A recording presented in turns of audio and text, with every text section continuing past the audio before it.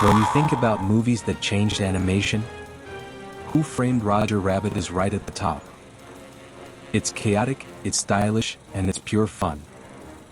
Today, I'm revisiting this coaster build featuring Roger and Jessica.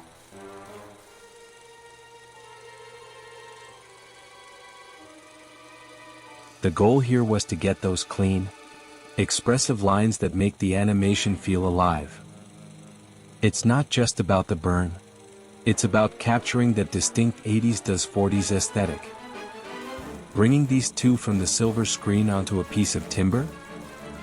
It's a great way to keep a bit of movie magic on the coffee table.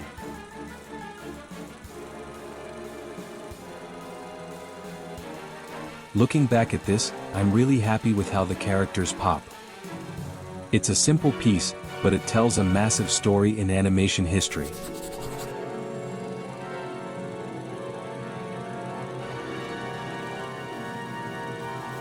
It's always fun to look back at these projects.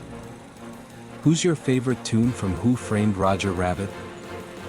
Let me know in the comments. I'd love to hear your memories of this one.